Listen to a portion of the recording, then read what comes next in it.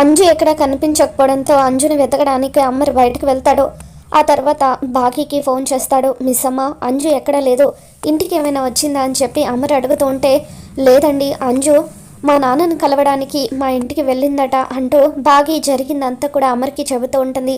అంజు రామ్మూర్తిని తీసుకొని షాపింగ్కి వెళ్ళడం, అక్కడ చీరలు సెలెక్ట్ చేసుకొని ఇక ఆ చీరను చూసుకొని మురిసిపోవడం, ఇవన్నీ కూడా బాగి అమర్కి చెబుతుంది.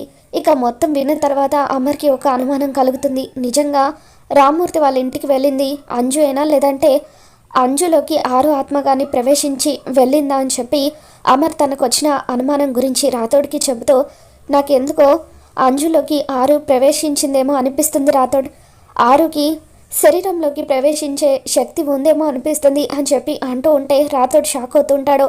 మరోపక్క అంజులోకి ప్రవేశించిన ఆరు రామ్మూర్తిని తీసుకొని షాపింగ్కి వెళ్ళి అక్కడ తనకు నచ్చిన చీరలు కొనుక్కొని సంతోషంగా రామ్మూర్తి చెయ్యి పట్టుకొని తిరిగి ఇంటికి వస్తూ ఉంటే అప్పుడే గోర ముసుగులో అక్కడికి వస్తాడు. ఇక వాసన చూస్తూ ఆత్మ ఆత్మ అని చెప్పి సంబరపడిపోతూ ఉంటాడు. అక్కడికి వచ్చిన గోరాన్ని చూడగానే ఆరు షాక్ అవుతుంది. నేను ఇక్కడికి వస్తానని నువ్వు ఊహించలేదు కదా అని చెప్పి గోర వికృతంగా నవ్వుతూ ఉంటే ఆరు టెన్షన్ పడుతూ ఉంటుంది. మరి ఈ వీడియో మీకు నచ్చినట్లయితే తప్పకుండా లైక్ చేయండి.